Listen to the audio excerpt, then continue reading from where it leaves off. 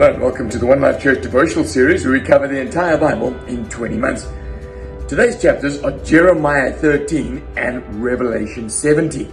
Now in Jeremiah 13, God gives three very graphic warnings to his people who've now begun to worship idols and turn their back on him. He says to the prophet Jeremiah, go buy a belt, an expensive linen belt tied around your waist.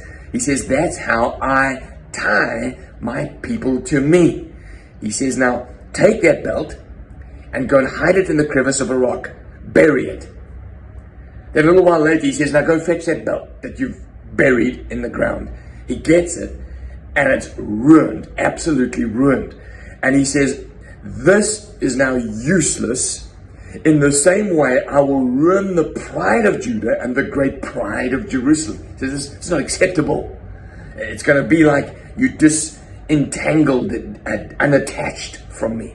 And then he gives another illustration. He says, go fill some wine skins with wine overflowing. And he says, like the wine is wanting to burst out, you are going to be intoxicated with your false ideologies and your hatred for each other, and you're going to jostle against each other, and the judgment's actually you're going to fight each other.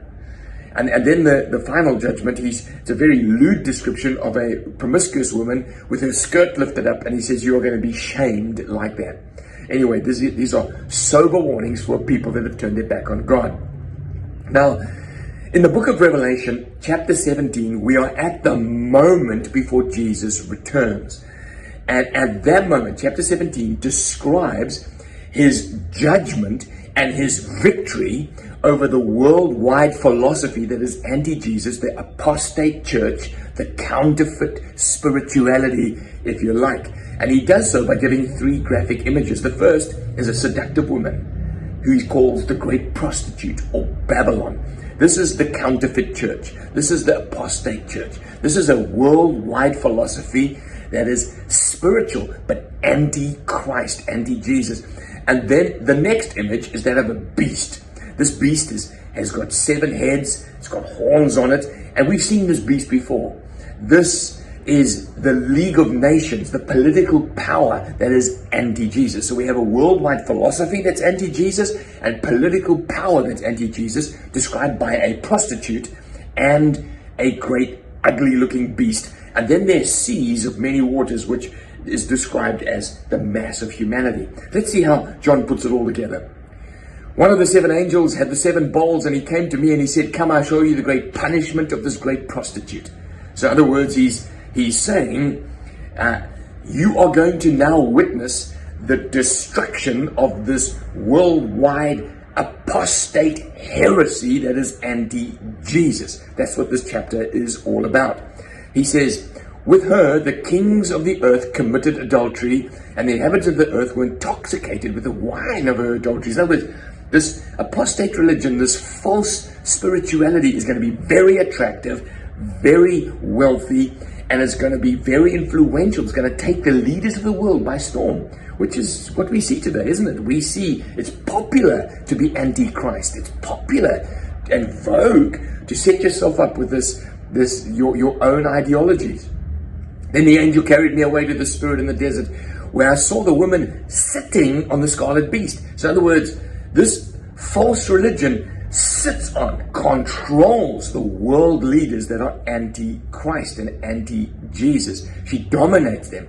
Then in verse 5 it says, this title was written on her forehead, Mystery, Babylon the Great, mother of great prostitutes. In other words, there are many false philosophies that have come under her control that are anti-Jesus.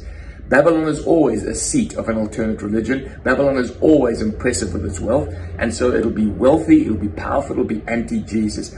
Then I saw the woman was drunk with the blood of the saints. In other words, she wants to destroy the church. And then it says here, when I saw her, I was greatly astonished, and the angel said to me, why are you astonished?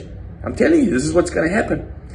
So we see the certainty of the persecution against the church. It's going to be subtle, it's going to be philosophical, it's going to be political, but it's going to come up against the church. We shouldn't be surprised if it's hard to do church in places like this. I'm in Cape Town. I'm about to go to a golf course and meet some business people down there. difficult to speak about Jesus there because this great prostitute is having her way.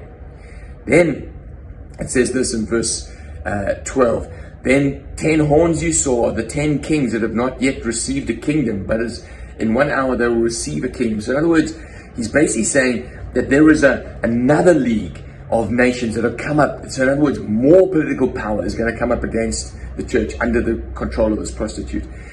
They will make war against the Lamb, but the Lamb will overcome it. Now you wonder, how will the Lamb overcome? This is how the Lamb overcomes. Verse 16, the beast of the 10 horns will hate the prostitute. They will bring her to ruin and leave her naked. And so what God's going to do is going to turn these political rulers against this worldwide philosophy. It'll be a suicide mission of political power against world ideologies, and it'll bring this anti-Christian worldwide philosophy to naught just before the return of Jesus.